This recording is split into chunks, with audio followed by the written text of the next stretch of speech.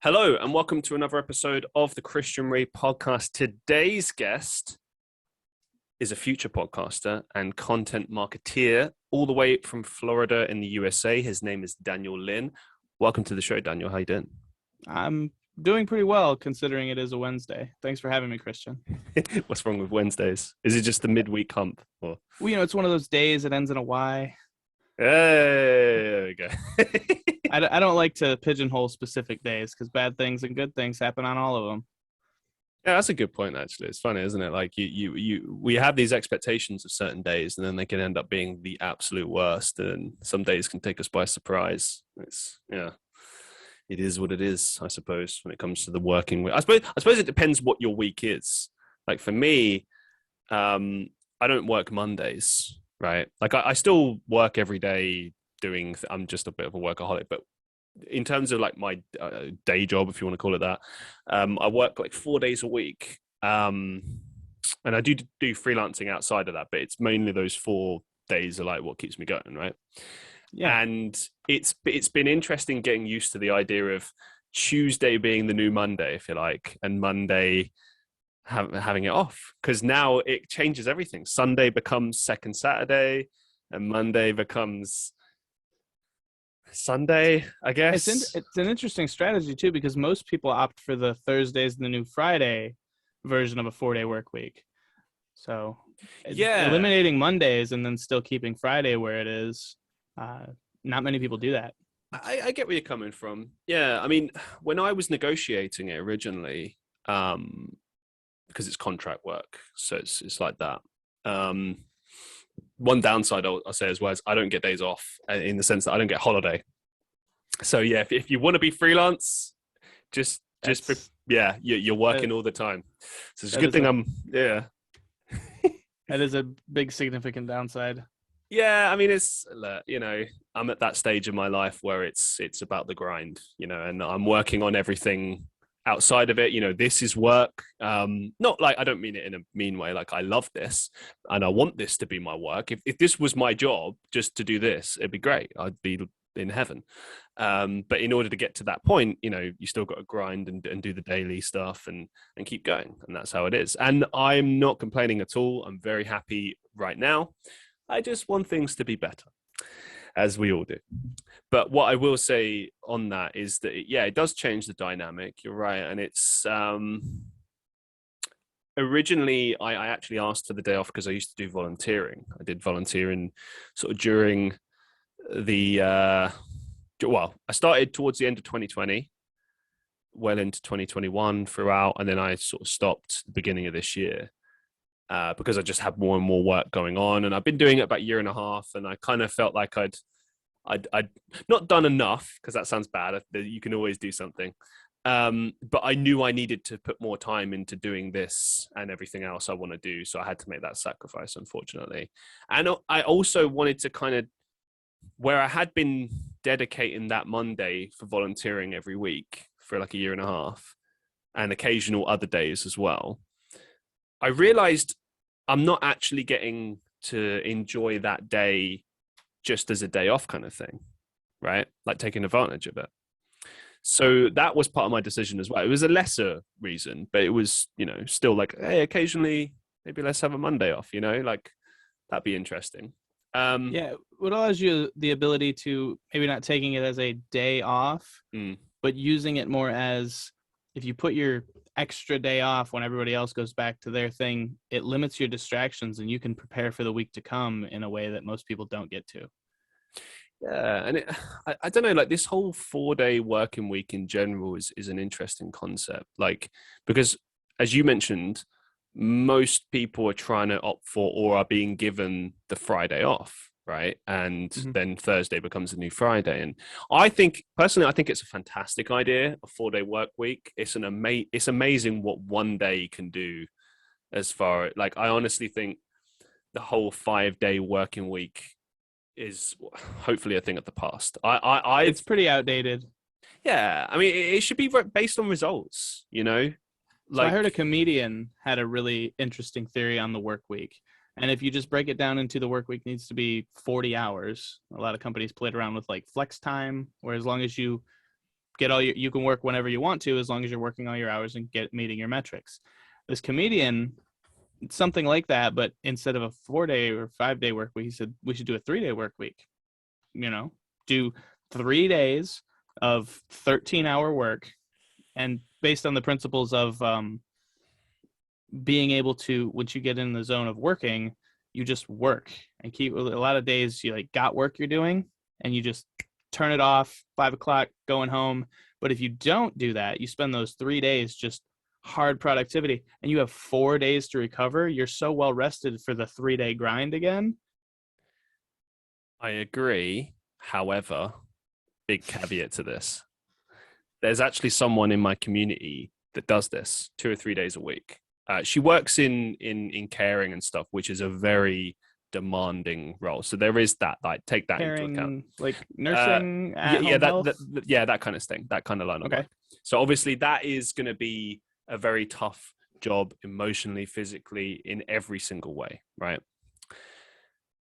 However, she literally said what you just said, but it's like the problem with it is, first of all, the first day afterwards is recovery day. Yeah, as soon as you're done with those 3 days, to be fair, it doesn't matter what job you do. I mean, even if you were doing an office job for 13 hours, just for argument's sake, you would still be exhausted after 3 days of that, right? To then get that day off where you would be resting. You're not going to be able to get anything done on that rest day. So that's one day that you have to kind of put aside and be like, okay, that's a non-day, right? Just right. So then you've got how many days left? So it's 3 days of work. You've got 1 day. Yes, you've got 3 days left. Right. So you actually only get 2 days off, if you think about it, because then that last day becomes it's the Sunday blues thing, right? Of, oh no, Monday's coming. However, it's exacerbated by the fact that not only do you have to return to work, you've got 3 days of just intense, long hours. And I can relate to this because I used to work many years ago in hospitality, and I would do back-to-back shifts because I had to make rent and everything else. And I was pulling crazy shifts like that, sometimes more. I was doing 16-hour days.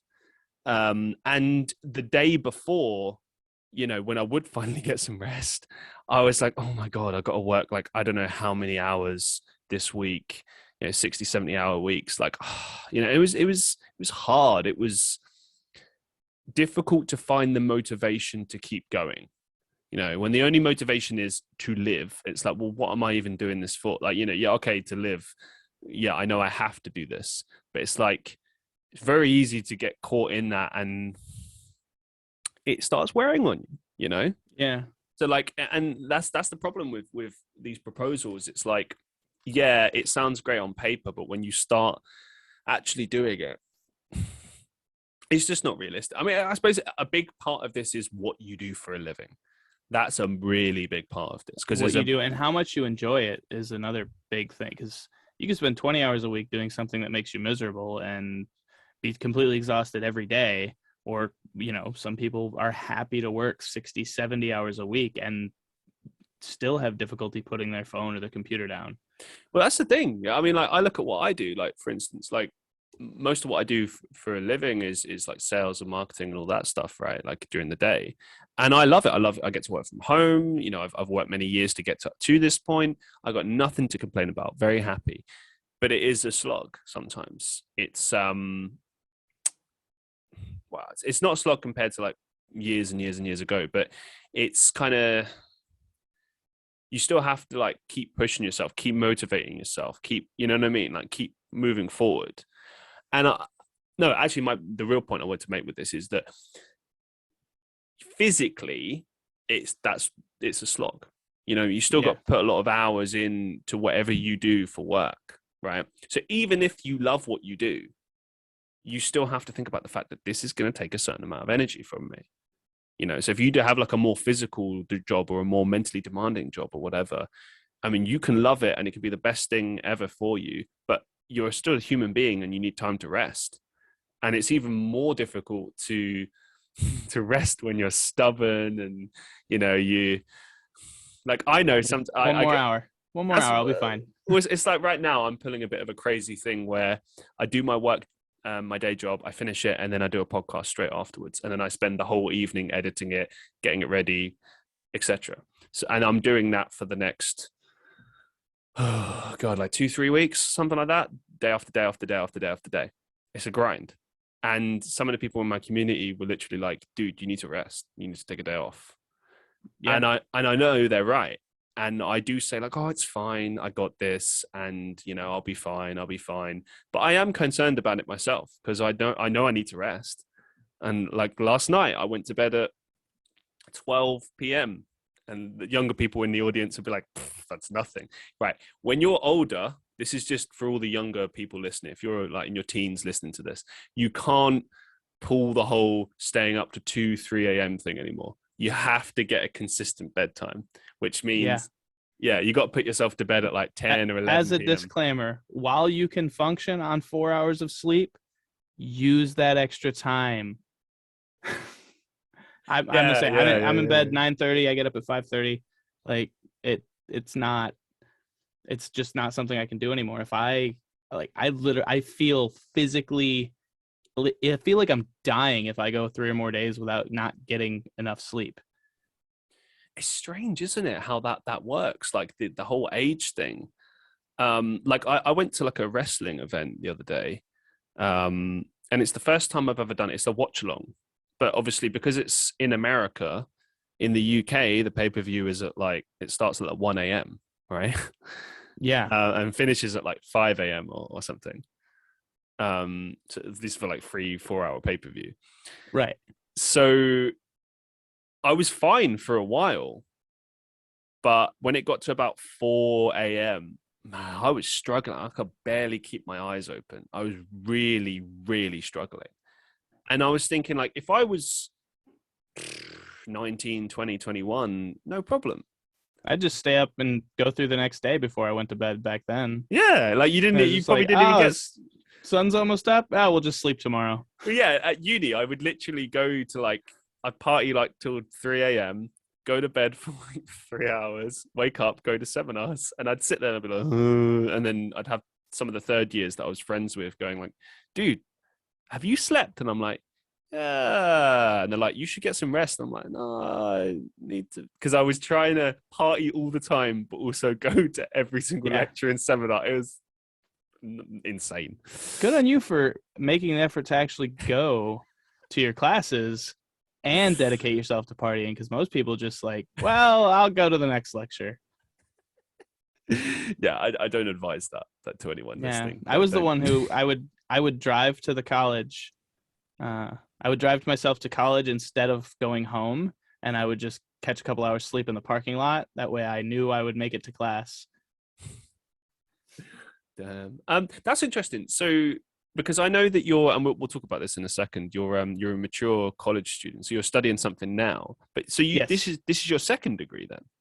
No, this is me finishing what I started 10 years ago. Ah, okay. Well, let's talk about it. What are you studying? What are you finishing off? What's the deal? Presently, by the end of this year, I'll have as a Bachelor of Applied Science and Organizational Business with a specific focus in human resources. And benefits of maturity.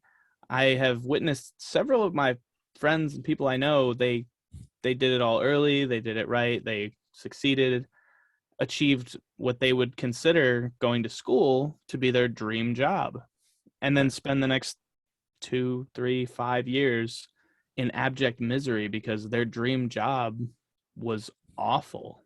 Like the title was what they wanted, but the actual function of the job and what the necessities were of performing the job was just awful.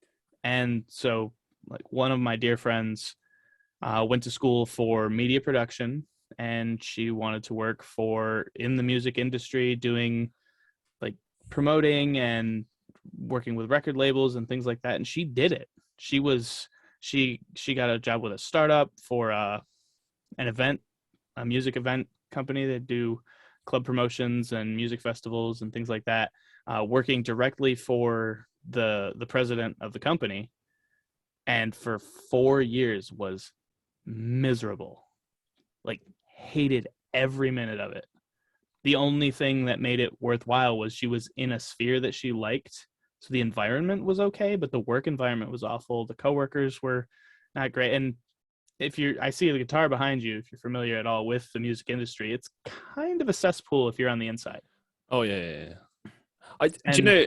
I'll just interject for 1 second. Like everything that I'm hearing online, not just about the music industry, but industries in general, like it seems like every major business industry just has like some skeletons, and music especially has got like loads of them. Yeah. Well, any media industry where the cream of the crop is you become rich and wildly famous, those are all going to present so many opportunities for people to be exploitive of one another. So it's putting yourself in an environment where it's going to be more common. But having watched this happen, I came to the realization that for most people, and I like to think of myself as somewhere in the mean, for most people, the concept of a dream job and the happiness that comes with that dream job is kind of a pipe dream. But there are many companies out there that have adopted what I would consider a dream culture. Right. So I'm pursuing human resources because every company in the world needs human resources. The pay is fairly decent, and I can focus my job search on finding that dream culture. And I'd rather do a boring job for a great company than an exciting and extravagant job for an awful company. Why human resources specifically? Like what stands out about that particular industry? Oh, just that. There's no company on the planet that does not benefit from some sort of human resources function. I guess if I had to pick a dream function within human resources, I would love to do like high focus, high value talent acquisition. So like finding new executives, headhunting for very, very high level talent. I can see how that would be fun, especially if you get to go like traveling to do it, you know, like to, I don't know, conferences or something, and you find people and, you know, it's like, this is our next CTO. And over the past couple of years with the whole global plague and things, I'm a very social person. I interact with strangers all the time. My wife's the exact opposite, so it annoys her sometimes. I can make a friend anywhere I go. I get that from my dad because he will talk to anybody. Yeah. But over the whole global plague, social distancing, I've become very, very antisocial. Okay. And it's just the way humanity has devolved over the past 3 years. It's not a happy thing. And I've found that I have this belief. It's like are you familiar with the concept known as the Pareto principle, the 80-20 rule? Yes. It's kind of like a compounding of that. 20% of humanity is not worth the time for any one person. Or no, sorry, flip that. 80% of humanity is just not worth your time for any one person. And it could be a different 80% for each one person, but 80% of the people you could possibly ever encounter, probably not worth your time. Take that even further, 80% of that remaining group are incompatible for you as acquaintances. You're going to disagree too heavily on too many things. And then take that, another 80% of those that are compatible acquaintances are not compatible as real, like diehard lifelong friends. That boils down to less than 1% of humanity is really, it's a 1 in 100. You've heard that phrase. 1 in 100 people is really the quality for any one person will meet your specific niche of what can be considered a real one. I suppose it's tricky though, isn't it? Because it depends on how compromising you are as a person and how open you are. Because I think if you're really, let's say you're really introverted or you have like very specific interests and you're not really willing to branch out of that, do you know what I mean? That could make it more difficult. But then, as you said, like, you know, yourself and your father are the type of people that can get on with anyone. And I think I've had a similar thing in that I feel that in general, I can make conversation with anyone. I'm fairly quiet. Like unless I feel comfortable, I don't tend to start conversations straight away with strangers, or even people I know for that matter. But you're a podcaster, so you're actively seeking conversations with strangers. It's just on your terms. Well, that's key. Yeah, and also the medium is different. Don't forget, like real life, total different ball game. I will say this though. That's fair. I will say it has actually made me better at conversation because I listen more now, which was a hard lesson that I learned when I first did this. Because it's one mistake we always make, and I've been criticized for this in the past, and I look at it as a positive and a negative, and it also depends on who you know. So like one criticism I've had of people have had towards me is, oh, you talk about yourself too much, like you share stories about yourself too much. That's something that I know sometimes about me rubs people the wrong way. And normally when someone makes a criticism like that, I tend to be kind of like, okay, fair enough, I'll take it on board. And in some cases I have with the podcast. I make sure to listen much more. And I often tend to go on how the vibe is. So if I've got a guest that's really, really chatty, I let them lead it and I kind of just guide it a little bit, try to ask the right questions. If my guest is a little bit quieter, I tend to lean into that a bit more and kind of try to lead the conversation a bit more and provide better setups for questions and go with that. But when it comes to this particular criticism, that's just how I personally relate to people. And I've met a lot of people over the years that are like that too. And I don't actually think there's a problem with that. I think the problem connected with that is if in conversation, if the only thing you talk about is yourself and you never show any interest in the other person, or you never listen, never engage with them, that's when it's a problem. And I totally agree with that, because if you're sitting there in a room with someone and all they do is go on about themselves or try and turn it back to themselves, that's frustrating. And don't get me wrong, I have been guilty of that in the past, but not all the time. But I can see, like, even just a little bit of that, if someone else experiences that from you and they get it from other people, it immediately makes them dislike you, because it's like, oh, this person's narcissistic, egotistical, like all they care about is themselves, kind of thing, right? Yeah. And that's a tricky one to try and navigate, because it's like you shouldn't be afraid to talk about yourself and share stories, because that's how we relate to other people. But at the same time, it's getting the balance right, isn't it? Yes. Where's the balance? That's I think it depends on, as you said, it depends on the environment and the particular medium. So in this kind of format, if I, in my podcast, I have a guest on, the format's a little different because it's meant to be a discussion about something specific, but generally speaking, interview style, as you said, you want to listen more than you talk, right? Because you're the host. So your audience, they know you, they know about you, but they come there for what you can extract from these people that you're bringing onto the show. Yeah. So, and like, critical listening is one of the most undertaught and underappreciated. I wouldn't even call it a skill, although some people do have to learn it.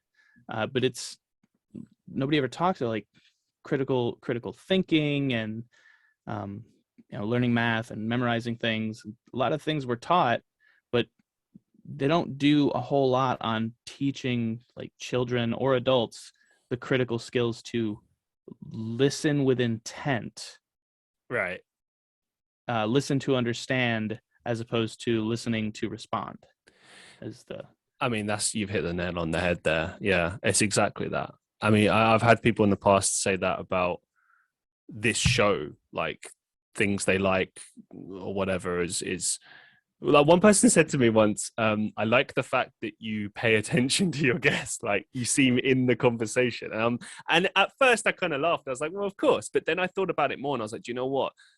That's a good point. Like there are a lot of not just podcasts, but examples of that in life where someone is never really listening to you per se. They're just listening for what they need to hear, like buzzwords or their opportunity to jump in, or, and as I said before, I've been guilty of that before. Like, I used to think that conversations were more about just going back and forth and sharing stories and stuff. And even that criticism that I brought up before, like, as much as I sort of disagree with the concept that you shouldn't be allowed to like share stories to relate to people, I'm still going to do that. But I have taken that criticism to heart, and I take it seriously, because I think, you know what, if you can find a way to still do that but not annoy people, that's key. And the way I've dealt with that is to basically wait until either there's sort of an opportunity to raise a story in a kind of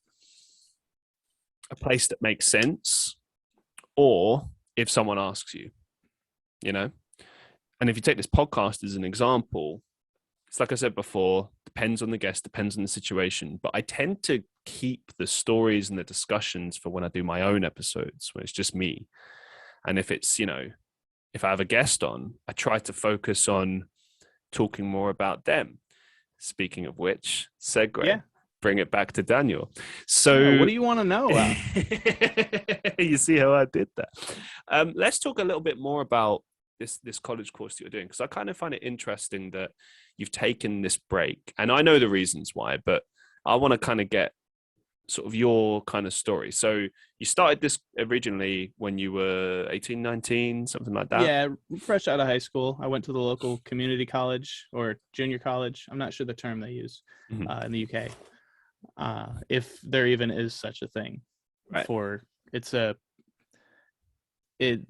College degree is broken into associate's degree and then bachelor's degree. So it's like the first half of the bachelor's is your associates. And that's what community college is for.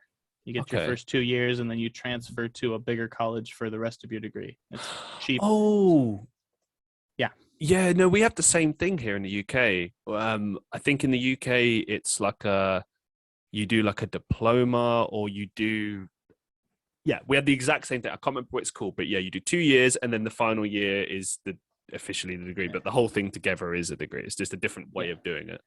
So it's super beneficial for, like, I was a poor kid, so I got financial aid that was, it was, I think, $5,000 a year. So it's like $2,500 a term, full-time classes and books included, as opposed to $20,000, $30,000, $50,000 a term or year, depending on what college you go to.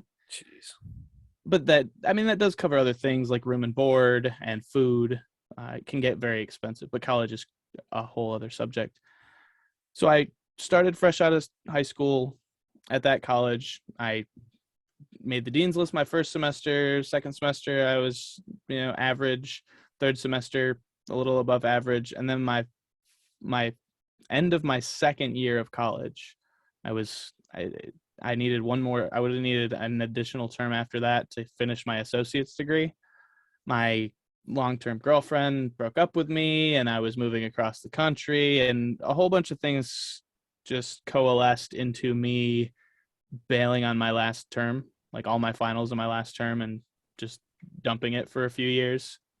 I've taken a class or two here or there over the preceding, it's been coming up on 15 years, 16. It's been a while. And I finally, once my wife finished her college degree and started actually putting that to use, then I dove back in full time and finishing mine. We don't have any kids, so we're going for what they call the DINK or TINK, 2 income, no kids. Having all the money and none of the expenses leads to being somewhat comfortable, even with the current economic status of the world.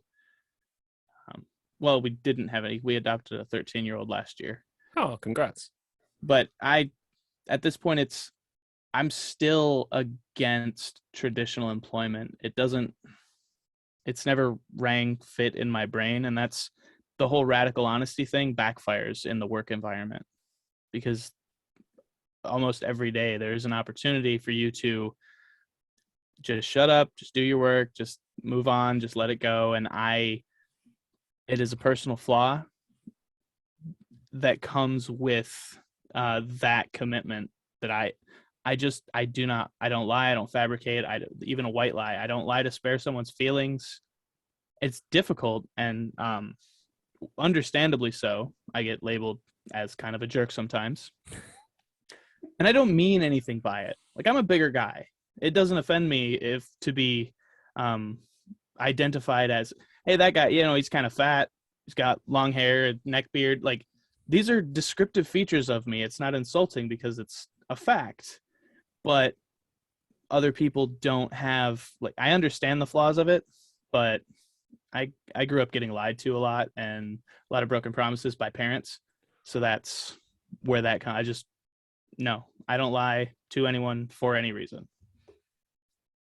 How did you learn to overcome that? Because obviously, if you're growing up in an environment where that's what you're presented, it would be very easy to kind of continue accepting that as normal behavior. Like, how did you firstly recognize that that was not the way things should be? And then secondly, like, how did you overcome that and sort of make the decision, like, I'm going to be honest, and maybe to the nth degree, to a fault?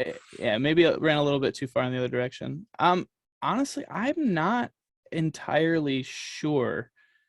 It wasn't like malicious lies. It was like broken promises. Like, oh, we're finally going to go do that thing this year that we've been talking about doing every year and never did that thing.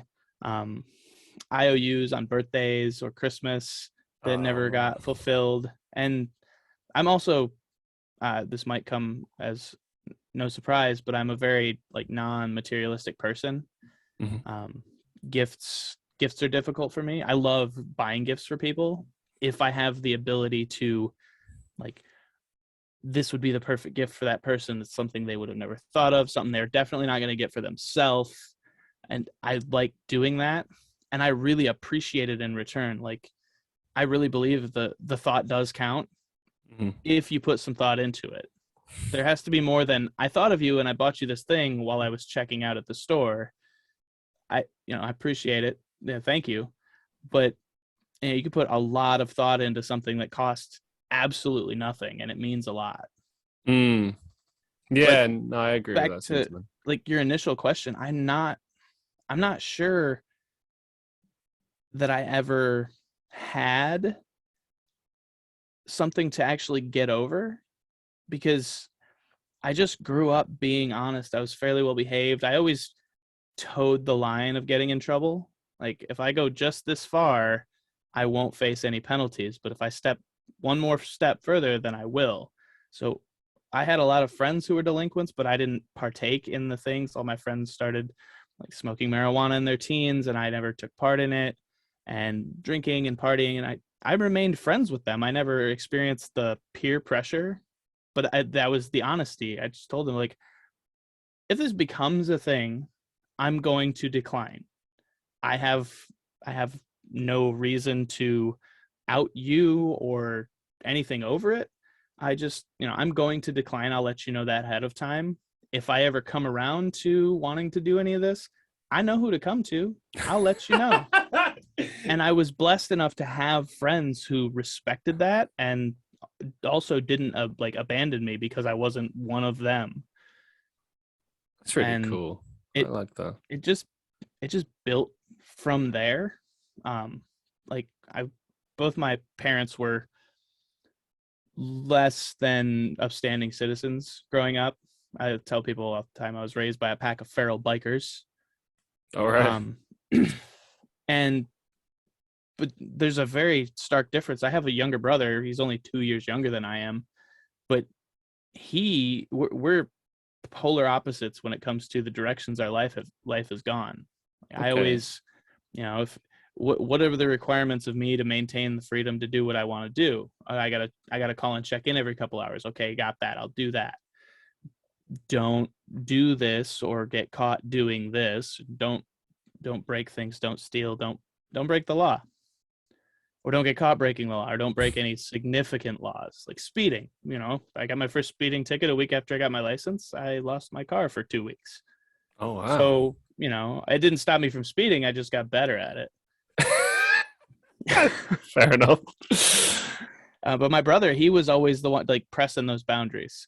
Mm, Every time he did something small and didn't get caught, he did something bigger the next day, and something until he got caught, and then it reset, and then he'd dial it go on back. further and further and further. And but he's also a really honest person. Like he pulls no punches about who he is and his foibles. He's dealt with, drug addiction and very, very bad relationships and crime, and he's very honest about it. And to his fault as well, his honesty about it is often a detriment to him when it comes to things like when he's trying to find a newer, better job. He's very open about that, and that it's now behind him. I'm very proud of him because he has finally, it took him much longer to get to the point where he's put that behavior behind him. But he's also very honest about it. And I don't know where the two of us get that, other than, like I said, both of us growing up were constantly disappointed in things being said and not coming to fruition. It's amazing to me how, and not always, I am kind of generalizing a little bit here, but like how telling the truth has become like it can become like a bad thing, like almost like, I mean, as we said, like, you describe it as the radical truth, having to be apologetic for telling the truth. Like, surely telling the truth should always be just the right thing to do. Even you can keep things to yourself sometimes. I think is I think more people should exercise that sometimes. That is key. That was a hard learned lesson that I Right. had to, find the right volume for. But that's the thing, though. Like, I don't understand this. Like, there'll be people that I know, for instance, that sometimes say that they'll preface what they're saying, going, okay, you've asked for my opinion. Here's the truth. Like, don't get offended by it, or don't, however. And I'm like, no, I always appreciate honesty. Because Yeah. honesty is better than a lie. A lie doesn't do anything for you. A lie presents a false truth. It presents a Yeah, false reality. And I it think, does. yeah, you need to hear the truth. Where did I hear? I heard a thing the other day. It was just nailed on the head about a lie. It was I don't know, a clip on Instagram or something from a podcast or YouTube channel. But this guy was talking about lying. He said people need to understand, and perhaps they would lie less. When you lie to someone, you are robbing them of their reality. You are presenting them with a false reality and stealing part of reality from them. Should they believe that truth? It should be looked at as bad as theft, because that's, in essence, in a philosophical sense, you are stealing some of their reality from them for who knows how long. Damn. That's a great point, actually, especially if you look at it from an extreme perspective. Like, sometimes the truth can, or a lie, sorry, can lead to devastating consequences, like, maybe even fatal. Like, people have to think about that sometimes. Like, people will act on the knowledge they have. So if you tell someone a lie and then they act on that lie, not knowing that it's a lie, it could lead to something catastrophic. And that would be on you, because you told them that lie. You told them and they believed you and they went with it. And it's a crazy thing to think about. Yeah. Yeah. God damn. And you also have to be able to delineate between what is objectively true and what is my truth. And you can't present your truth onto someone else as fact, because that's projection, and that can be as equally as harmful. And those are the ones you have to filter the most. Like, if something is objectively true, like me and 5 other people at a random circumstance would all arrive at that same truth, then it's, for the most part, objectively true. But if it's just something based on my perception because of my experience, then those are the kind of things you should really think before sharing. Here's the Or thing, though. preface heavily.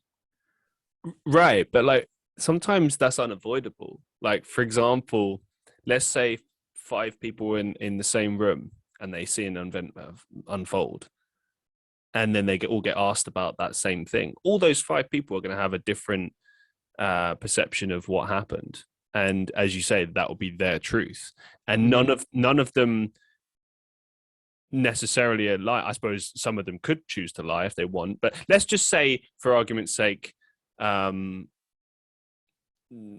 were security cameras there, and let's say everyone's at a bar, and they know that there's security cameras there, so that there's no point lying because you'd see it there, right? And Mm-hmm. they just want to go home. Okay, so then you question those people. I'm making it even more of an intensely serious situation, but yeah, let's say 5 people, they're being questioned about it in a police station, right? And they all tell the truth, but they'll tell their truth, and then the police officers will be like, well, you know, when we looked at the security cameras, it reflected this, and you could be like, well, I mean, when I was looking at it, it looked like this to me.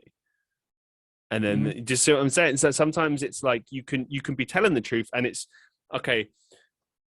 It is the truth, but it's your perception of it, and Mm-hmm. your perception of it isn't necessarily reality. And it's just like, but sometimes you can't avoid that. It's just how you see the world or how you interpret things. Mm-hmm. And It's you a can't. fine line. Yeah, like Or a tight, like delicate balance that uh got to strike. I mean, I can't say that I'm perfect at it, but who is? you know, I mean, we all try to get better at the things that are important to us. absolutely. Just going back to your college studies, like Yeah. how does it compare being a mature student versus when you were studying when you were younger? Like, what are the key differences? The key differences for me is my level of organization actually hasn't gotten that much better. My ability to sit down and just do the work Yeah. is better. I still procrastinate. That hasn't changed. I haven't attended a class in person since the plague started. Mm. Everything went to online, and I was never for online classes on principle, and perhaps it was knowing myself at the time, or at least downing myself to the point where I didn't think I could do online classes because of my lack of motivation and disorganization and just any number of things where I have to go, like, get online, do the work, do the learning, and without actually going to the environment. But as it became a thing that was basically required, I just had to jump into it, and I've gotten better at that now. When I was still going in person, though, back to the original question, I it was just looking at it from the other side of the coin, because at a junior college, a community college, many of there is a vast cross section of fresh out of high school all the way to people who have been retired for years taking classes at community colleges because it's fairly affordable, and some people just continue their education because they want to. Some people never got a degree. They're already successful, but that's a thing they never checked off. And some people like myself now are just, they haven't finished it yet and it's time to do it. So now I'm looking at it from the other side. Go to class, and particularly night classes. A lot of older students at night classes. Well, older students and party students take night classes. But now as an adult taking these classes, the ones that I did take in person were night classes. So I go to these, and I'm in a class. There's some people my age, a couple people a little older, and then about half of them are 10 years younger than I am. Yeah, that's got to be a really weird blend of people. Like, how does that work? It strangely, aside from when you go on a break in the middle of class or after class, when you're talking with classmates, or sometimes you have group projects and you all have to meet with each other, Mm. on the basis of like education in the class, it's really, we already have that icebreaker of, we all have this thing in common. It's the same exact objective. It's pass this class. And I it never went beyond that, or like, hey, let's go out for drinks, or let's go to this rave or something like that. So I didn't, to me, it was, if I had something useful to offer as far as knowledge or information or experience goes, I was happy to. But we're all basically in the same place in our educational journey. taking these classes, and we're all, at this point, I'm beyond the 2-year degree, so we're taking more tailored classes. So we're all kind of chasing the same end goal as well, even though we're older or younger. I always, personally, I push myself towards the younger people in my classes, but that's just because I want to stay plugged in to what's happening, what's developing, and what's new, and what could potentially be affecting me at work, socially, in the coming years. That's my favorite thing about having adopted a 13-year-old is I have a very young generation. Like, I think they're calling that generation digital natives in the workspace. Like the ones just beyond Gen Z, because they've never lived in a world without constant connectivity. Jeez. Right? It's crazy to think about, yeah. When you think about what that means and the expectations you have. I mean, I can remember when the internet. Well, I'm sure you remember too, when it would take about half an hour of things to load, and even before the internet. I remember before that. Yeah. And my first introduction to the internet was 3rd grade. It frustrates me now, even. Like although I can remember a time when things were like that. If a video takes less than a couple of seconds to load, I'm pissed. I'm like, what the hell? What's going on? Do I need to call the ISP? Like, what the fuck? Like, why is this happening? Unacceptable. Yeah, but that's changed, that expectation. Yeah. And like I said, I try to stay plugged into what's coming, and so I spend a lot of time online at trying to get into this sphere of content production, digital marketing, and content marketing specifically. But there's a very large population of people in a completely, like, 2 generations away from me now. There's 13, 14-year-old kids making hundreds of $1,000s on internet. Tell me about it. Like, why am I not? So I know what you mean. How to communicate with the people who are much younger than I am, and they're doing things that I want to be doing. So at some point, it's a reality that I'm going to have to learn something from someone in that space. So I want to know how to communicate because generational differences exist when it comes to communication. And I understand how to communicate with, baby boomers and Gen Xers. I get that. I was raised by them. And unfortunately, I don't communicate with them all that much because the way they demand younger people communicate with them. So I want to be able to communicate with those who, now that I'm over 30, I feel like the up and coming generation offers me more ongoing value. And it's also a more difficult task to maintain that level of communicative ability, because everything changes so fast with them, and nothing, like, even with millennials, like, pretty much concrete at this point, and there's not a whole lot that changes. I think you make a really good point. I almost feel like there's an obligation of every generation to make a commitment to understanding the next generation and so on and so forth, because I've noticed the same thing with boomers, and it's like, like, the world is different. The world has changed. The world you knew, you grew up in, you raised your children in, is not the same world. I mean, hell, the world is different from 20 years ago when I was growing up, like as a teenager. And like, it's bittersweet, it's just how change works, how life works. But at the same time, it's like, no, this is what it's all about. It's about adapting to change. It's about, I spoke about this in the previous episode, but it's like really important that we understand what that means. It's not just about understanding that we need to change. It's understanding that you can't apply the same principles to everything. So, for example, when you're raising a child, I mean, okay, look, I'm not a parent, but I reckon you'll probably agree with this point. Like, you have to always keep in mind that you're teaching them based on what you know, but what you know is based on, you know, your life experience, what your parents taught you, but like the world that you grew up in doesn't exist anymore, you know. Yep.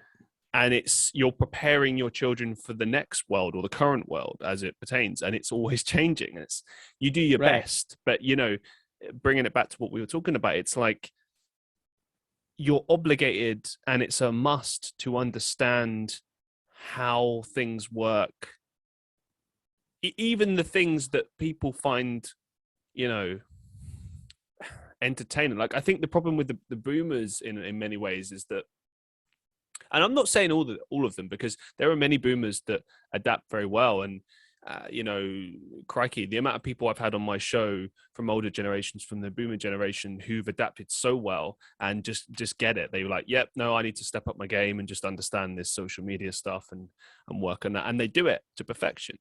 But the reason why they've done it well is because they put that time and effort in to understand why these things work and to make a conscious effort to adapt to that. You know, they have so much to offer. Every generation has something to offer and will always have something to offer, but you've got to adapt to the world in front of you. You know, you got to react to that. Like, hell, I remember back, just one more point, like, with the whole TikTok thing, you know, I criticized it just like everyone else did.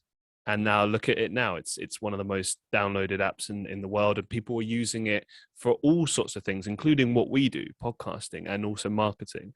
So it's essential. You got to be on top of things, and you're obligated to do so. Yeah, all the like the whole Facebook for business thing never really landed with me, right? You want to, you know, build a page, a different page than your other one, specifically for your business, and do basically the same thing, but just brand it differently. And that was like, okay, I get the concept, but this is just Facebook. I just tell people that I do business on my regular Facebook. And then the short form came back with TikTok, right? You remember Vine, obviously. Mm-hmm. Well, TikTok came out. I was like, oh, it's like the new Vine. You know, it's music, dances, you know, short form content. Some of it's funny, some of it's annoying, some of it's cringe. But then almost overnight, while I was busy looking away from it because I didn't care, it became the fastest way for somebody to generate an audience and build a business. Mm-hmm. And as simple as make something of even moderate value every day. Like it's as much effort as a really, really remedial part-time job. And that's like the starting point. There's people making a full-time income right now just teaching people that principle, using TikTok, Instagram, Snapchat, whatever, some sort of short form social media, and even YouTube. But do this every day.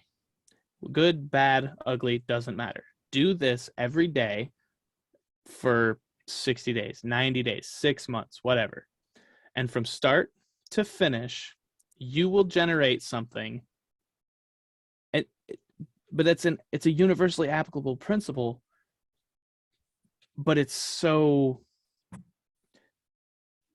TikTok, the short form video, and Instagram has their own form now, Snapchat, YouTube has their short videos now. It's such an what's the word? Insidious. It's such an insidious little form of media that you pick it up everywhere. Like I've found that half the time, if I open YouTube, I will close YouTube without having ever watched an actual video because there's a row of shorts right at the top of my feed. And like, oh, that looks interesting. Pick that. Oh, look, there's another one. Oh, look, there's another one. And it just keeps going. And it, you know, it triggers there's a lot of neuroscience that goes along with it. It triggers the dopamine receptors and that new thing. But if you're using it as opposed to consuming it, it's so valuable. And that was the me being too old for technology moment that I will never ever let myself forget, because I saw it and I was like, that's cool. It's not for me. And I missed the train. That's a twofold thing, because I was guilty of the same thing. I think we all were. I loved Vine, but I looked at TikTok as like, oh, it's not going to be the new Vine. It's just like dancing app for kids. And then inevitably, here's the deal, a bunch of people hopped onto the app who had vision and saw like, oh, we could do something different with this. Mm-hmm. And that's the key. You know, it's people that have that vision, who take that risk, who jump on it and try something with it.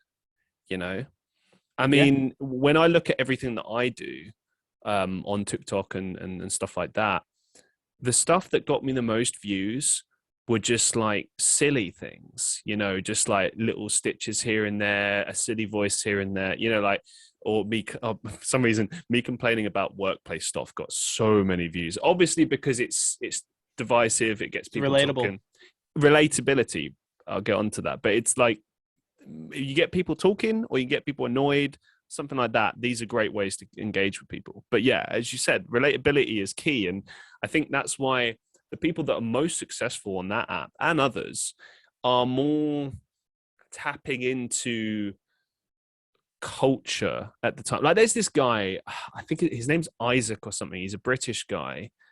I don't even know how to describe him. I just British kind of, I can't even begin to explain this guy, but let me put it this way. He has like a particular brand or style, and it's like clearly all sarcastic and just over the top and silly, but it connects with people. It connects with this younger generation. And I think it's because he's clicked and figured out, okay, this is how to communicate with them. They like this. Let's roll with this. Let's keep going with this. And he gets it. And I do the same with my content here and there. Like I put the stuff, like I've got like 2 accounts that three, if you count the podcast one, but it never gets anywhere. But there's like 2 main accounts that I got. One, which is like trend hopping. I just jump on everything, have a laugh, have fun. That's actually me just enjoying it. And I just put random stuff on there. And then the main account, I put effort into it. Like I make music, acting, whatever. And those videos rarely ever get views. They get views, but not like big views, because people don't come onto those apps necessarily for like proper content. They come for what you said, a short fix, mucking around, fun. You know, there's more interactivity than ever before on this app, because whereas like YouTube back in the day, you know, it was just, there would be a bunch of creators on there, but not everyone was a creator. You know, a lot of people would just watch it. Like I did the same. You know, I think I had a YouTube account, but like I never really posted anything on it, save for like occasional skateboarding like video. Yeah, I had a video on YouTube in 2007, 2008, because I had to do a speech in one of my college classes, and the best way I could think of to present it, because it was an online class, was to record it and put it on YouTube, sent the link to my teacher. Like, here it is. Here you go. Idea. Yeah, I don't think it exists anymore. Yeah. Or if it does, I can't find it because it was titled poorly or untitled, because this was before people got paid for YouTube. There were no ads or any of that stuff. So, you know, who knows? But yeah, it's interesting, like how people, almost everyone's a creator in a sense, or there's a lot more interactivity that goes on now. And yes, I think that makes it a lot harder as a content creator to grow. Like I'm in a stagnant position myself at the moment, and I've gone through all sorts of emotions. I felt bad about it. I got angry with it, frustrated with it. Now I'm just calm. I'm happy. I'm just like, you know what? I keep doing my thing, and whatever happens, happens. I'm okay. But I do recognize why it doesn't work, and I recognize there are things I could do to change that. But I don't want to continuously only do stuff to get views. I don't like that idea. I want to still create the things that I want to create, and that makes it harder.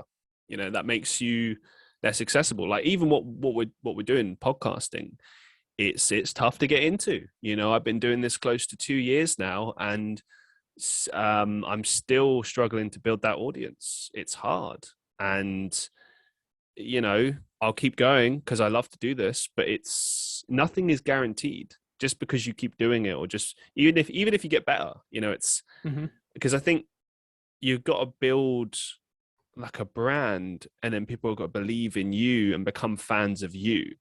I always used to say this back in the day, that like you can put the best content out there possible, but people have to become fans of you. And people always look at numbers.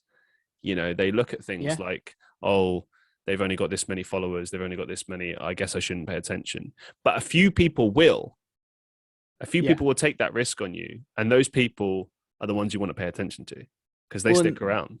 Some of the people that figure it out, I think there's a little bit to do with not quite viral success, but you know, say you're making your content, and you know, just throwing your content out there, and say you do a bit of a variety, and then one thing pops off, you get, you know, 500% of your normal attention on it.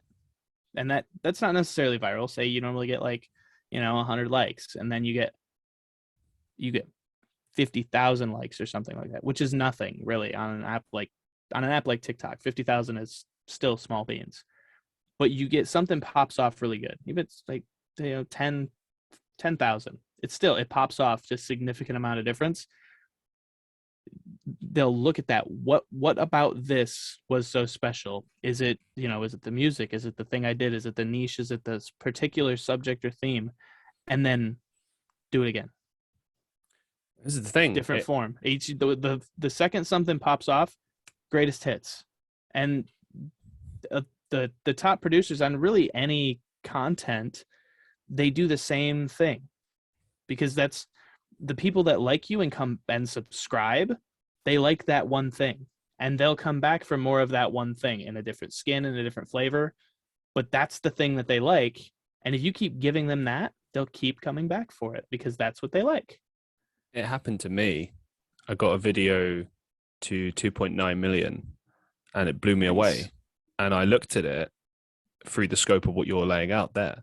I looked at it like, okay, it's a comedy thing. I took what's called a stitch. So for those who don't know, basically you take a portion of someone else's video, and then you basically splice it, put your like reaction into it, or you add something to it. You know, you transform it, so to speak.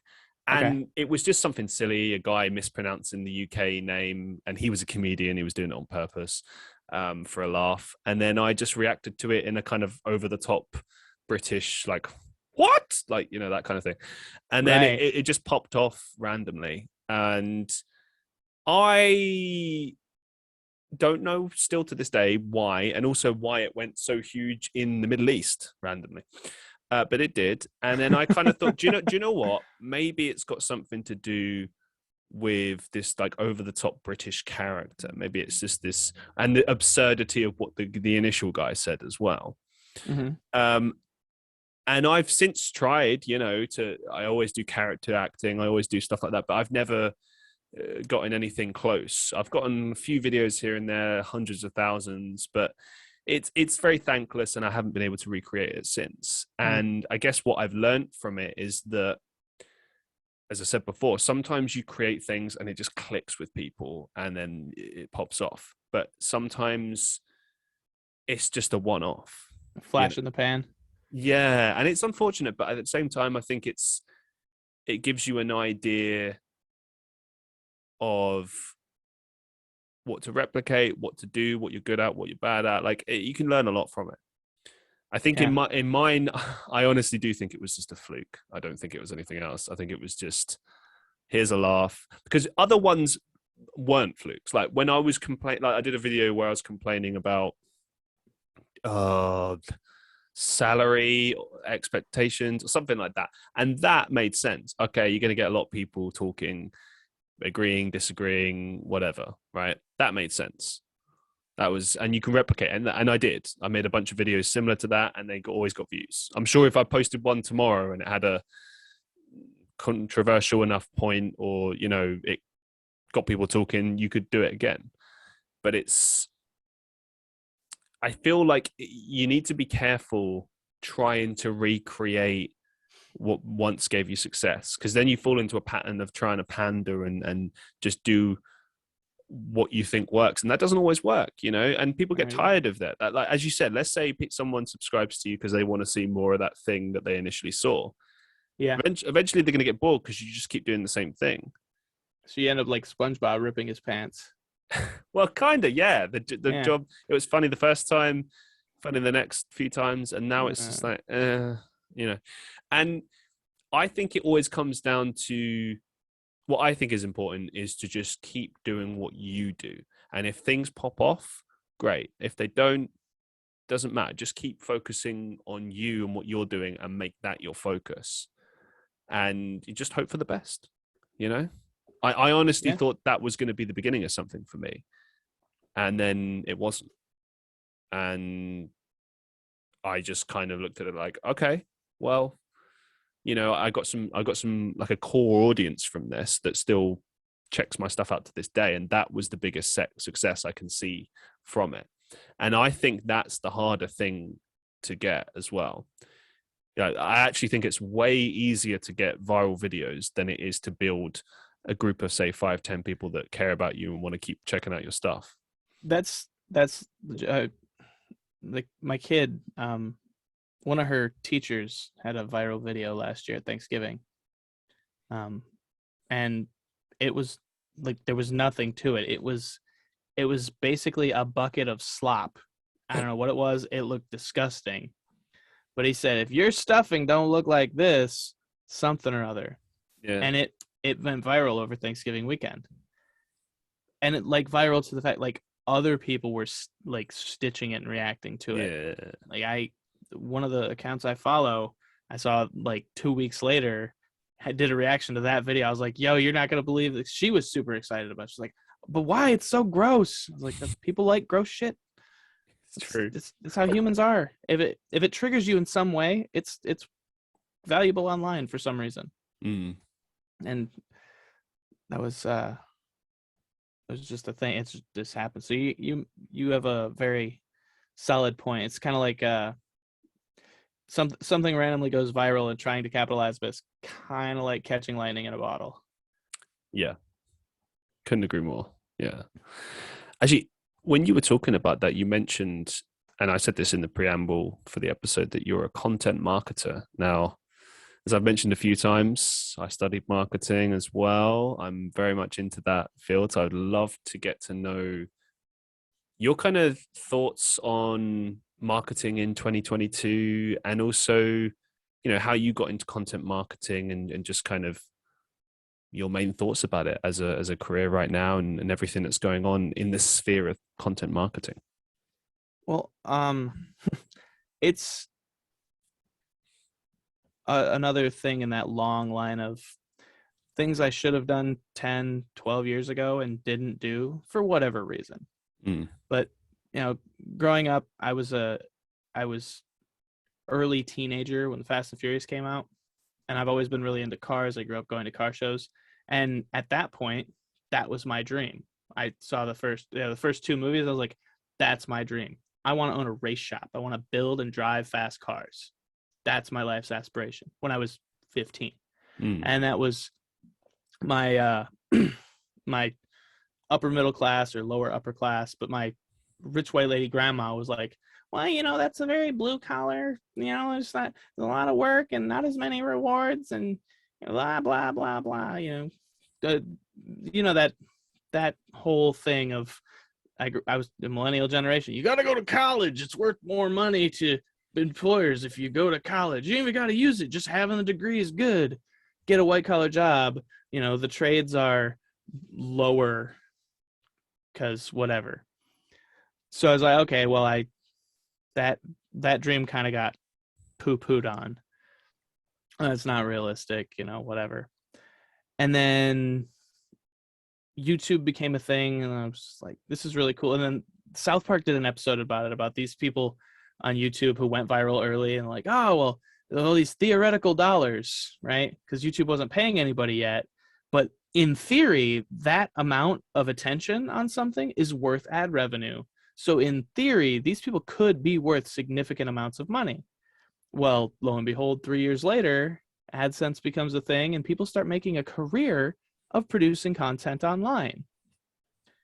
And, fast forward another couple years, and now I'm looking at, so if I had pursued my original dream of wanting to build and race badass cars, Oh man. I could be, at this point, I could have done that. Like, yeah, I get a, blue collar job, maybe start my own business. I struggle because it's difficult. I pick up a camera and start documenting these things, crazy builds, cars that I'm doing, just anything. Throw a dart and find a car channel on YouTube or Instagram or TikTok. These people are making millions and millions of dollars, and they're living my dream that I gave up on because it wasn't, it had too low of a ceiling per someone else's thought process. But none of that existed when I was being told, don't pursue that dream, it's got too low of a ceiling. Or, the very top tier of any blue collar career, I could work for Formula One. I could be a race car pit crew chief. Like, there's so many things I could have done if I had been allowed to dream big as opposed to be realistic. Nobody who we know, nobody who has, is going to do anything like that. So I was put in a box. And so I looked at that and I'm like, if I had done what I wanted to do, I wouldn't have been hesitant to, spend $600 on a camera 10 years ago when DSLR cameras were still super hot. I wouldn't have been hesitant to do these things that, like, oh, how do I advance this thing that I love doing? How do I do more? How do I go further? How do I push the boundaries? So now I'm in this place where I'm 33. I'm still finishing school so I can have, the textbook career. In my mind, I want that to be my fallback.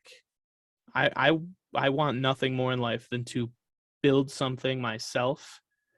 And this is now more in the sense of a career, organization, a business, a following, or just I want to build something of value myself. And now that I'm a little older, I also want that to be able to give back to other people because, it's a thing.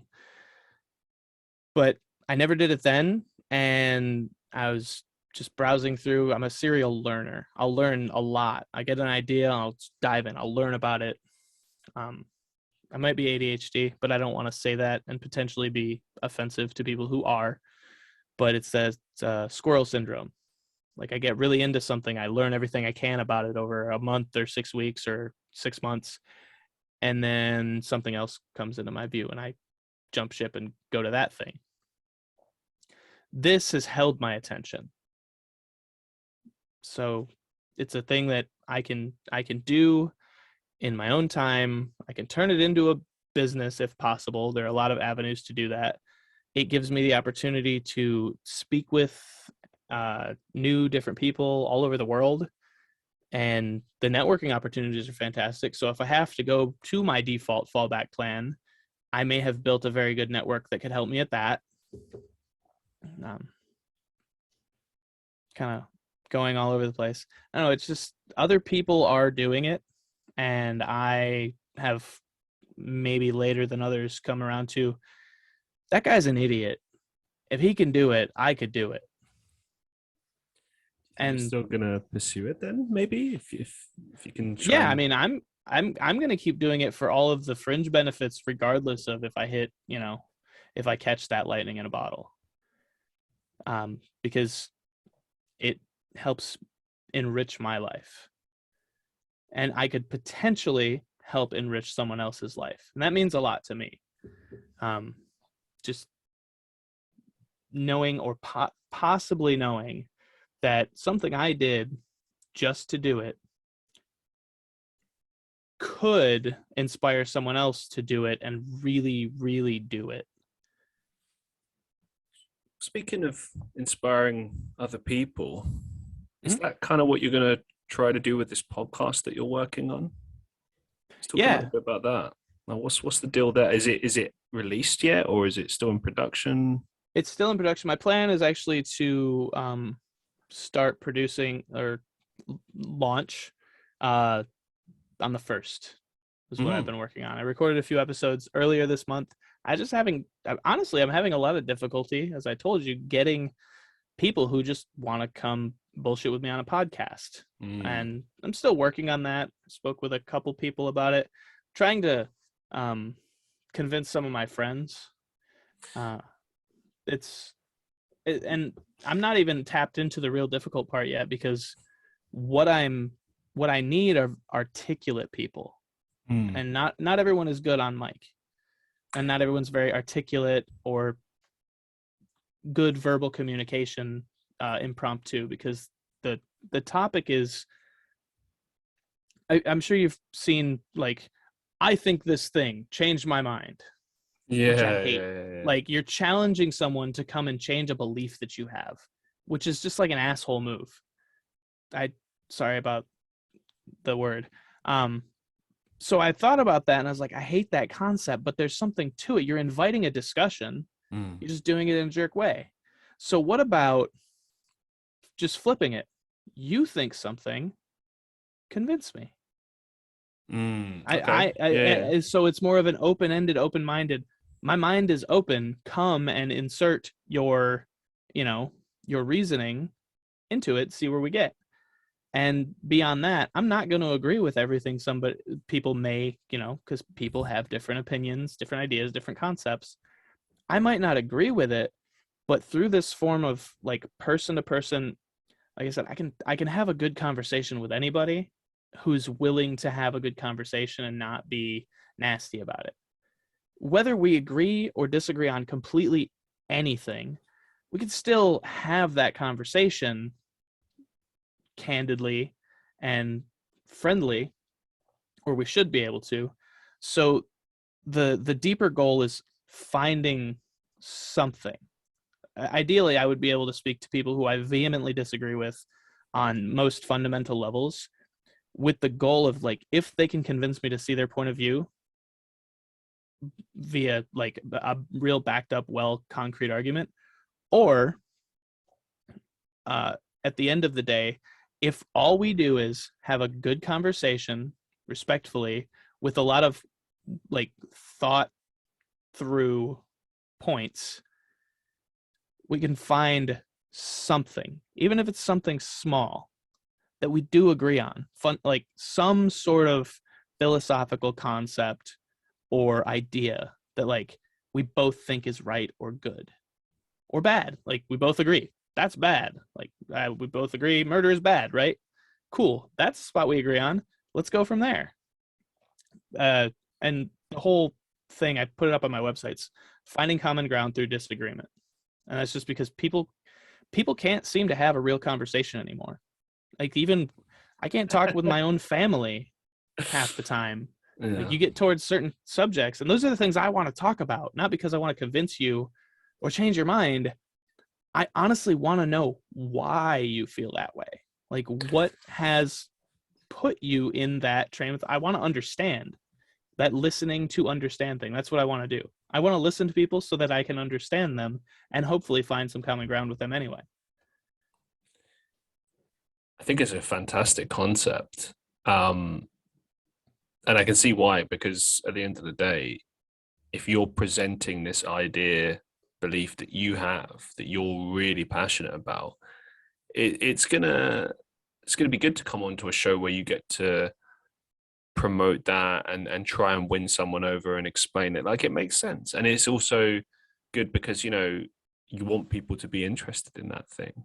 Just in the same as in a real life conversation, you would want that. If you start telling someone about like your heart and soul and things, I've had like situations where you talk about something you're passionate about and they don't give you the time of day or they're not interested, and it just breaks your heart and it makes you think, well, I'm not going to talk about this again. Or to flip it, like what you were saying, if they've got things that they don't want to talk about. I think the problem is a lot of the time, especially in the world we live in right now, is we're constantly having to justify ourselves, our beliefs.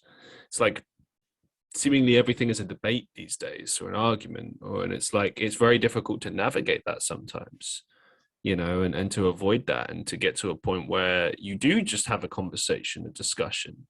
And I think part of that comes down to the fact that obviously people's beliefs are not just the things that they think, they are part of them. It's part of who they are. So when you disagree with that, in essence, you're almost like attacking who they are, and you You're don't mean condemning it. their identity. Right, and you don't mean it, and that's certainly not how you'd want it to be, but that's how it comes across to certain people. Not everyone. I've met plenty of people who are more than happy to have a debate, or talk about these things, and fully accept that people disagree with them, and but I think it's about being prepared and willing to talk about these things, and being up for that. I don't think a lot of people are necessarily up for that, or in the headspace to do that, or you know what I mean. And I totally understand that. It's like for me, I'm not really one for like I would never really want to go and debate something. I don't think I'm good at it. I wouldn't enjoy it. That's just me.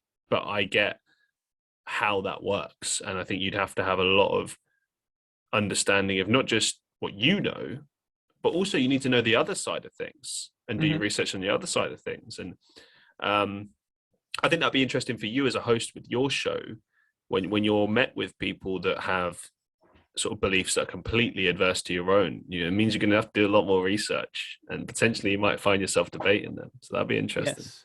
When it's not intended to be, strictly speaking, a debate, like organized with rules. It's meant to be candid and friendly. But my style of debate, when I get the opportunity, and I refer to it as an opportunity, to actually discuss something of disagreement with someone else, I'm full on, like, tell me everything. I have to understand why you feel this way in order to, like, potentially try and shed some light on things that you might not be talking about. And that's like, have you considered that, okay, you've given me a lot. Have you considered this? And that's, have you considered this? You make a good point when you say this, but on the other hand, what about this? And just like presenting those questions and ultimately giving that person the opportunity to, if they have considered it, go deeper, give me more to consider. And perhaps I disagree vehemently, but by the end, they have had an answer for everything. Well, have you considered this? What about this? How does this apply to this? And by that point, like, you've given me so much to go off of that, even if I still disagree, it might only be just on a fundamental level that doesn't have, like, there's no longer a reason. I still disagree, but I don't have a good reason to. And that's a whole other philosophical debate. The no reason, the cruel, absurd universe. Like, nothing has any reason, nothing matters, and thus everything matters equally the same. What's the name of this show going to be? Do you have a name? Opposition theory. This draws me to another question, because you have a website called Opposition Theory, and I looked at it, but there's not much there. Yeah, I was like, what is this? Is it just a passion project? And so that's what it is. It's the podcast. Right now it's just a landing page for people to either contact, sign up for email list, or to it. And there's not even a screening right now, which kind of dangerous. There's not even a screening right now to be a guest. You click that be a guest link, it takes you immediately to a calendar page to book a 1 hour time slot. Oh, so you're doing it blank? Right now, yes, because until I get a certain number of, until I get to the point where I have a good cross section to kind of hone in on, like, these are the things that I like, these are the things I don't like. Perhaps I get some comments.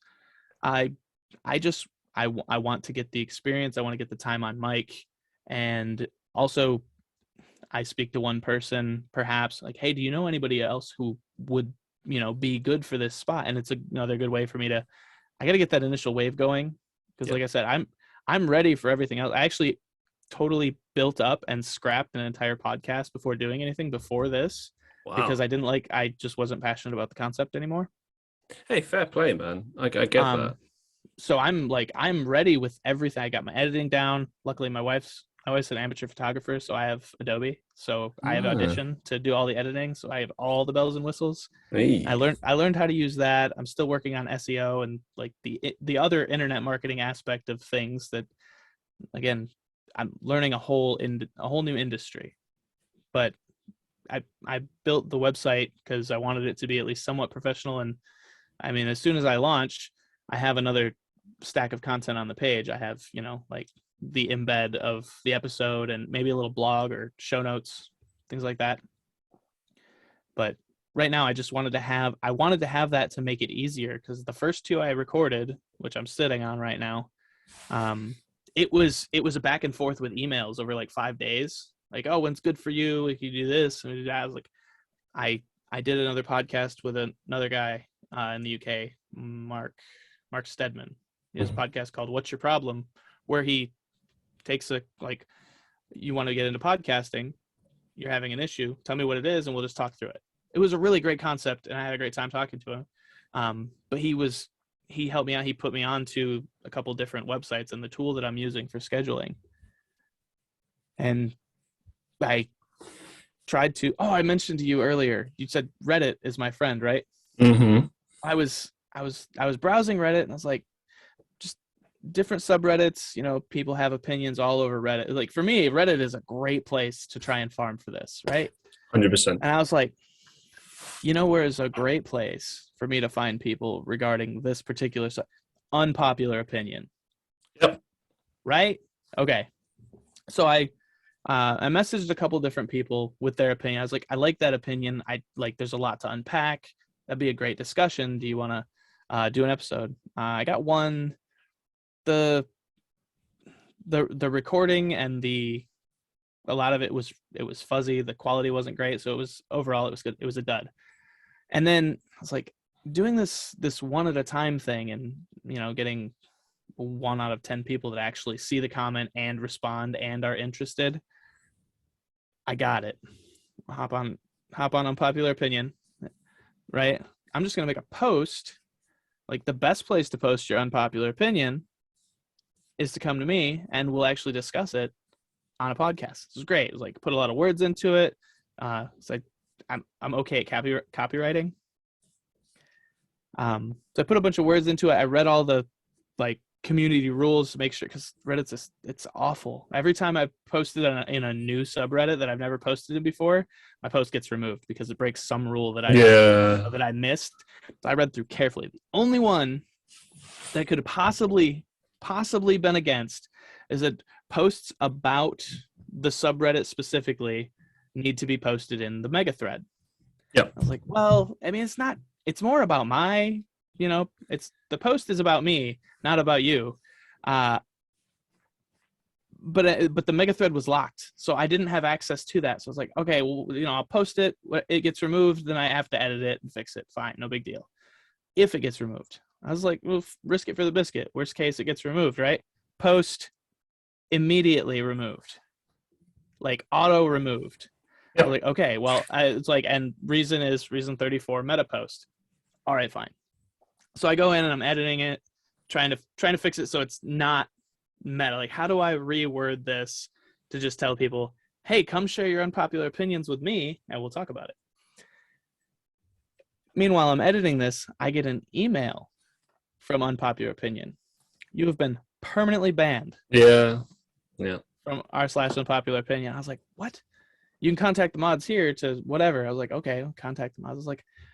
I was like, am I really permanently banned for a meta post? Like, I'm sorry. I was literally trying to re-edit it and change it so it wasn't so meta. Like, I'm trying to talk more with people about their unpopular opinions on my shitty podcast. Can you please let me in? And then I tagged it at the end. I was like, or would you want to be on my podcast? Response: we're good, thanks. Muted for 30 days. Yeah. So I'm permanently banned with no ability to reach out to try and get that removed for at least a month. Oh, don't worry about it too much. Like, I gotta say, I've dealt with exactly the same thing across several subreddits, and I mean, what I can tell you about with podcasting is that the longer you do this, the easier it will be. And part of that is because you're going to be building up episodes that people can see. That makes it easier. When no one knows what you're doing, it's tricky. People don't know what the deal is. I still struggle to an extent. Like, for instance, when I when I have sort of not like a drought per se, but when I have like, a period where I'm looking for people, I always do it ahead of time, right? And sometimes I'll post into like some of these subreddits, like podcast guest exchange, podcast guests, and I just get nothing. Yep. But then, you do it again, maybe a month later, and you get something. And here's something that's been happening a lot for me is you get like an influx, loads of people contact you. So be prepared for that. And I don't know 100%, but I know that some of these definitely didn't come from Reddit. Like I think a lot of them have come from people just seeing the show. Like they saw someone else or someone recommended like, oh, hey, I was on this show. It's great. You should go on it, or you should check this show out, or, so that helps. The longer you do this, like you build it up online, you build a bit of a presence online. People see what you're doing. They like what you're doing and they recommend it to other people. But I do think a lot of this does come down to outreach as well. Like a lot of the guests that I've found, I've just reached out to, like on say TikTok or Instagram or something. Reddit is very thankless because the people that like it's the Wild West of the internet. Well, it's people kind of. I don't want to use the word. I'm going to use the word, but I don't. It's not quite the right word. But people kind of gatekeep a little bit on the subreddits, and a lot of it is to prevent people from promoting themselves and stuff like that, which I understand. It is annoying. You don't want everyone constantly promoting themselves, but at the same time, sometimes it is harmless, and it's a little bit unfair the way that this stuff kind of is enacted. Like for instance, them banning you permanently, it's not necessary. I got banned from a subreddit because I lived in this country, Estonia, years ago, right? And there's an Estonian subreddit, and I can't remember what I posted. I think I posted like it was a video in Estonia. It was an exploring video, so it was actually in Estonia, and I got banned because they said it was promotion. And I was like, I responded to them saying, well, I get that and I won't do it again, but is it really necessary to like ban me forever? I mean, I posted this because I thought it would be of interest to the people in here since it's in Estonia, and people might find this interesting. It's historical, it's what I mean? And just immediately no second chances. And it's just I get it. You got to be careful with these things, but I think sometimes the Reddit mods take it way too far. And especially when you're first starting out with these things, you don't know. You're getting used to it. Like Reddit it's as you say, it's the Wild West. You got to get used to how these things work, and it takes time. Yeah, and to be fair, I think getting an actual Reddit mod, particularly someone who works in a big sub like Unpopular Opinion, would be a fantastic guest. Sure. Like on my particular, just like explain this to me, because that job, like it's not really a job, but it's a job. That job's gotta suck. Just constantly having to like be filtering and checking and like banning and releasing, and it sounds kind of miserable but also fascinating. But I was like, Reddit was, I also had this thought in my mind that post was going to get me like my first wave, 5-6 people maybe be like, oh, that sounds cool, I'll come do that. But then that went away. So I was like, okay, I'm pursuing other avenues. I'm going to be a little more direct and adventurous. Have you ever heard of Toastmasters? It rings a bell, but no. It's a global organization of clubs that what they do is they get together weekly, monthly, whatever, and it's with the goal of developing public speaking and leadership skills, primarily through learning how to speak better. And I was like, I've been thinking about it for a while. I heard about it a few years ago. And like I said, I need people who can articulate well for the content to be prime. So I just looked it up the other day. I was like, there's like 8 clubs nearby where I live. And the annual dues are it's $45 every 6 months. So really, really reasonable for the kind of potential value, because some of the clubs are sponsored by like big, large government contracting businesses, like really executive type stuff. And the type of people I've heard speak about it in my own life are that type of significantly into networking and communications. They're very articulate, and they're, like I said, they're developing leadership skills. It's what they're after. So my thought of that was, well, cool, I'm going to go join Toastmasters. At the bare minimum, it'll help me be better on mic. And, you know, who knows, I could network. I could find people there who are probably good on mic because they've actually made an effort to be better speakers. Everybody has opinions, things they are willing to talk about was the thing. The easy part is getting people to talk about something, because if you give someone a platform to talk about something they love, it's hard to get them to shut up, which is great. But and a third, these people who potentially could be guests, or if they don't want to be guests, probably, so at least some of them are going to be in leadership roles. They probably have a decent sized network of people who they would be like, that's not really for me, but I know this guy, he sounds like he would be a great fit for it, and put me in contact with them. And that taps into another one of the reasons I want to do this in the first place, is the ability to network and meet more people, because as you know, my belief is less than 1 in 100 people is a real one. So the more people you meet, the better chance you have of building that network of real ones. I definitely think it will work for you. I think and I'm just coming from personal experience. It will just take time, you know, because I had the same struggle when I first started, and it kind of forced me to do discussion episodes here and there. And back then I wasn't really comfortable doing that. Now I am, but back then I wasn't.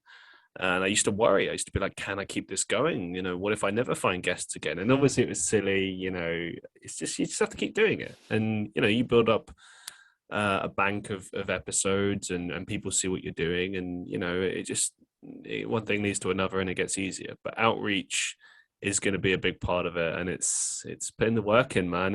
Podcast is a very thankless thing. It's very consuming from a range of different angles, and I think yeah, finding guests is definitely one of them. It's hard, especially in the beginning, but you know, I like the concept. I think you've got something here, man, and you know, it'll happen. It just takes time.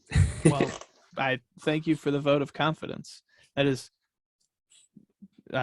shameless self-plug here, opposition-theory.com. Opposition-theory.com. There you go. Yeah, and that is no filter at all. If you want to be a guest, just be a guest. I like that, man. Let's switch it up. A couple of final questions for you. What's the best advice you've ever received? Ooh, that's hard to do without being super cliche. Go for it, man. So I don't know if I'd classify it as advice. I talked about like the cruel and absurd universe earlier, and I've kind of dove into a bit of philosophy lately regarding things such as that. And I'm also really big into just like business type things. I like to learn from business people. And I was watching a podcast the other day featuring this American business dude. His name is Alex Hormozy. And he's got a very interesting, he's a weird kind of like personality, because he identifies himself as a nihilist. And his methodology is to, someone was saying, you know, well, what do you want in life? Well, I just want to be happy. And he said, okay, but by saying you just want to be happy, you are placing the expectation that there is happiness out there you don't have presently. So what he does is he doesn't label things as like, I'm doing this because. And this also was in another philosophy book that I read called, what was it called? If it comes to me, I'll say it, because I read that earlier this year. But having to have a reason for something it's not necessary to have a reason for anything. And once you put a reason on, like, I'm doing this because, you're putting an expectation on the thing you're doing that may or may not come true. Like, this will provide me with something, and that's the reason I'm doing it. And so it's kind of like, not the advice, but more the philosophy of, if you decide to do something, then just leave it at that. You've decided to do something, and just do it. And so I'm trying, I have tendencies of like, how does this conversation benefit what I'm doing, or what's the utility? What's, like, very function over form on a lot of things. I like fast cars. So, but the whole, try to find as little reason to do the thing as possible, I guess, would be the advice that I garnered for that. Once you see something you want to do, just do it. You're not doing it because of this. That's not a reason. You're strictly doing it because you want to do it. And if you break it down too much, it kind of sounds selfish, but that's the human condition. There's no truly unselfish act, because if you do something that seems selfless, it still gives you the joy of knowing you did it, right? At the end of the day, it fulfills that need in you to be selfless. So sometimes you have to embrace, there's the lesson, the best advice. Sometimes you have to understand and embrace that you are selfish, and do something selfish for yourself. A couple of good, I'll go with that one. Yeah, a couple of good pieces of advice there. Thank you so much. Yeah. And my favorite question, what's the biggest life lesson you've learned so far? Ooh, biggest life lesson I've learned so far.